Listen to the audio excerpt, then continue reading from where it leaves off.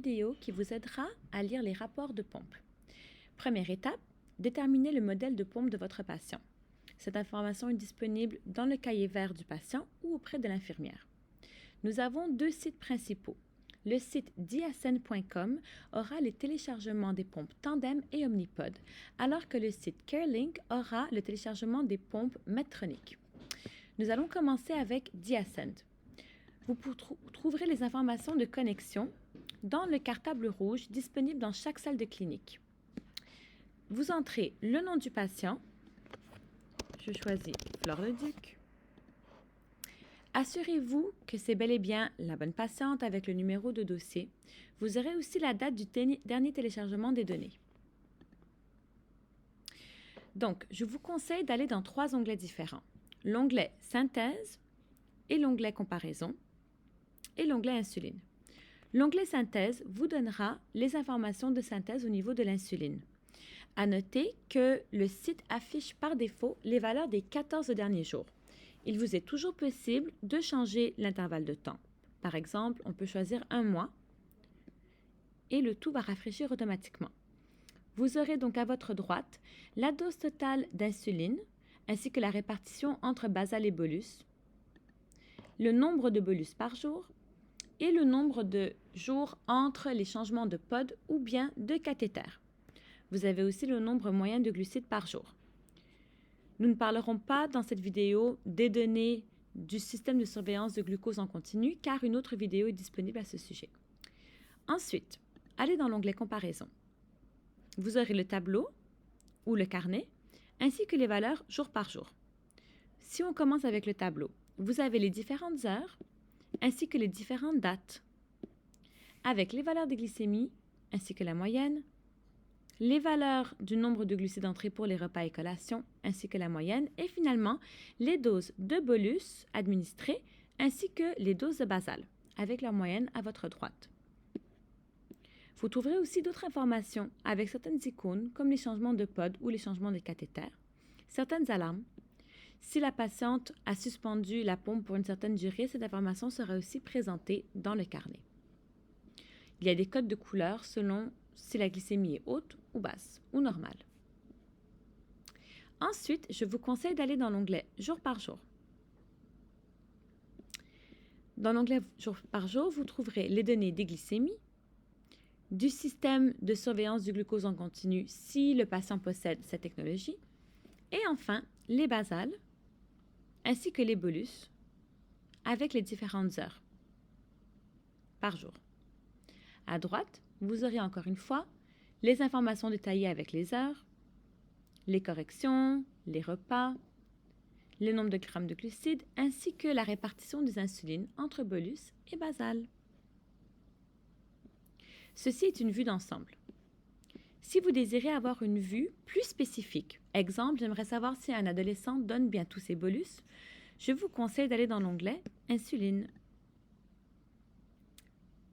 Et dans le jour par jour, vous aurez rapidement, dans un coup d'œil, en bleu clair, tous les bolus administrés.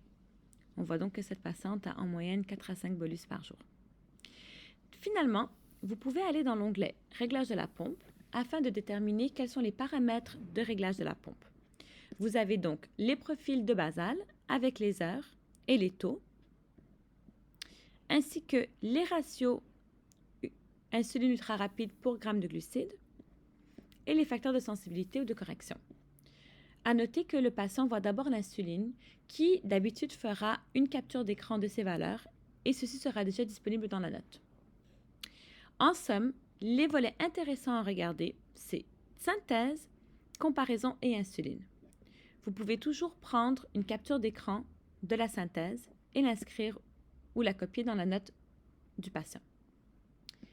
Nous allons ensuite passer au second site, pour la pompe Medtronic. Vous avez ici le site carelinkmedtronic.eu et puis vous rentrez les informations avec les identifiants et la connexion qui sont encore disponibles dans le cartable rouge. Vous choisissez le patient. Je choisis la patiente Wassima. Voilà la date de naissance et le numéro de dossier pour s'assurer que c'est bel et bien la bonne patiente, ainsi que la date des derniers téléchargements. vous avez encore une fois par défaut les données des 14 derniers jours. Je vous conseille de générer les rapports suivants. Celui-ci, revue hebdomadaire, tableau de gestion. Si la patiente, par exemple, a un capteur en continu, vous aurez aussi les informations seulement pour le capteur. Cette patiente n'en a pas, donc ceci n'est pas disponible ici. Vous allez dans « Générer des rapports ». Pour aller plus rapidement, j'avais déjà généré les rapports.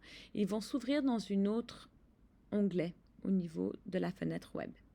Donc, vous avez la première page qui vous donne encore une fois une valeur plus résumée des 14 derniers jours. Vous aurez la glycémie moyenne, la dose totale quotidienne d'insuline moyenne, avec la répartition par jour de bolus ou de basal, et le changement moyen des cathéters et de réservoirs. Vous avez aussi le nombre de repas et de glucides. À noter, juste pour vous expliquer rapidement, que certains patients auront un mode plus automatisé. Voilà pourquoi dans cette patiente-ci, on a une colonne A et B. La colonne A pourra être en lien avec si jamais la patiente est en mode manuel ou en mode automatique. Vous pouvez faire une capture d'écran de ces informations. Ensuite, je vous conseille d'aller directement à cette page-ci qui vous donnera les glycémies par jour, par période, avec le nombre de glucides et le nombre de bolus et de basal. Vous avez ici les derniers 14 jours. Si la patiente avait arrêté la pompe, nous aurions eu certaines alarmes aussi qui sont disponibles dans ce carnet. Ensuite, nous avons le rapport de carnet qui vous montre jour par jour, heure par heure, les informations pertinentes comme les glycémies, avec à droite la glycémie moyenne, les glucides, avec à droite les glucides moyens ou totaux, et finalement les nombres de bolus, avec la dose totale d'insuline et la répartition par pourcentage. Vous pouvez aussi faire une capture d'écran de cette information-là. Finalement, vous avez les réglages de l'appareil au niveau des schémas basaux, au niveau des ratios pour les bolus prandiaux et au niveau de la sensibilité à l'insuline. Vous pouvez aussi faire une capture d'écran des réglages et les mettre dans votre note centraux. À noter que la plupart du temps, les infirmières auront déjà fait ceci. Ceci conclut la vidéo. Bonne clinique!